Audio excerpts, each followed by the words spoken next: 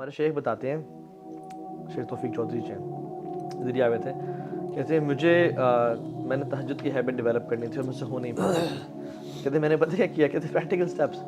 کہتے ہیں I purchased very expensive and very comfortable جائے نماز. کہتے ہیں جس پہ کھڑا ہونے کا بھی مزہ آتا تھا, وہ فومی اور ہوتی, ٹھیک ہے. پھر میں نے جس روم میں پڑھنی تھی اس کو ڈیکوریٹ کیا ود سم لیمپس, لائٹس, بخور, اور اس کو میں نے وارم رکھا.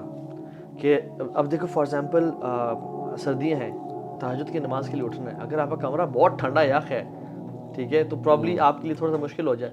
تو میں بیسکلی بات کر رہا ہوں اس کو مزید کمفرٹیبل. آلدو صحابہ نے تو مدینہ کی ٹھنڈ میں بھی وہ پڑھا, وہ ایک اور پیشن کا لیول تھا. But you facilitate your self in a way, اسے بولتے ہیں making it attractive. Yes exactly. تو اس پہ آپ انویسٹ کریں پیسہ. اب فار ایگزامپل میرے ایک جاننے والے ہیں, ہی spends a lot on his جو ہے نا جاگرز, ٹراؤزرز, سائیکل, بیڈمنٹن کا گیئر, اسکواش کا گیئر اور سب کچھ. کیوں؟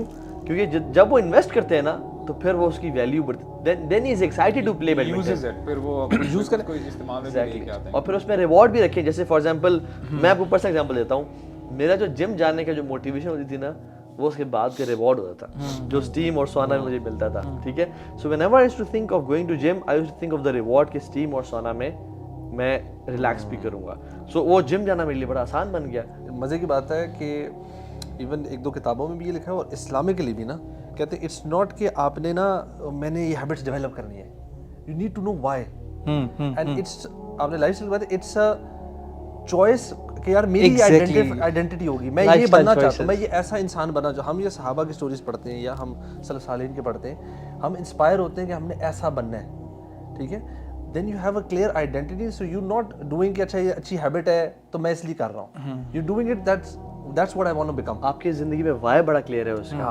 اب پریکٹیکل ایگزامپل لے لیں. فار ایگزامپل اگر دو آپ کے پاس لڑکے آتے ہیں نا الگ ٹائمس پہ, ایک لڑکے کو آپ بتاتے ہیں کہ یار تم کس طرح سے اٹھو, تم نے کس طرح سے وضو کرنا ہے, کس طرح سے تم فیزیبل اپنے لیے بناؤ مسجد پہنچنا اور سارا, ایک یہ شخص ہے.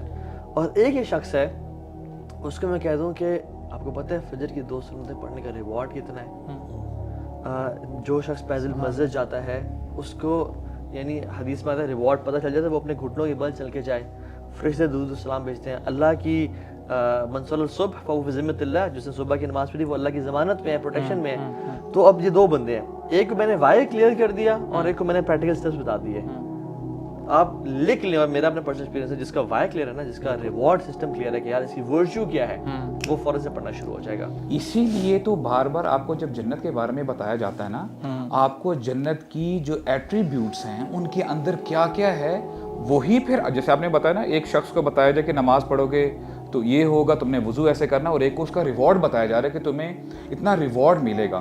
سمپل سی آیت ہو سکتی تھی کہ جنت کے لیے کوشش کرو, لیکن اللہ تعالیٰ نے ہمیں بتایا وہ جنت کیسی ہے, عرضها السماوات والارض. آج تم ایک چھوٹے سے ٹکڑے کے لیے محنت کر رہے ہوتے ہو, یعنی اپنے دنیا میں گزارا کرنے کے لیے, وہ جنت ایسی ہے کہ آسمان اور زمین جیسی وائڈ ہے. اور اسکالرس کہتے ہیں کہ یہ صرف فزیکل لیول نہیں ہے, آپ کو اسپرچول لیول پہ بھی, ایموشنلی بھی آپ کو آپ کا جو مائنڈ ہے وہ کھلتا ہے اور وہاں تک لے کے جائے گی, یعنی آپ وہاں پہ گھٹن محسوس نہیں کرو گے.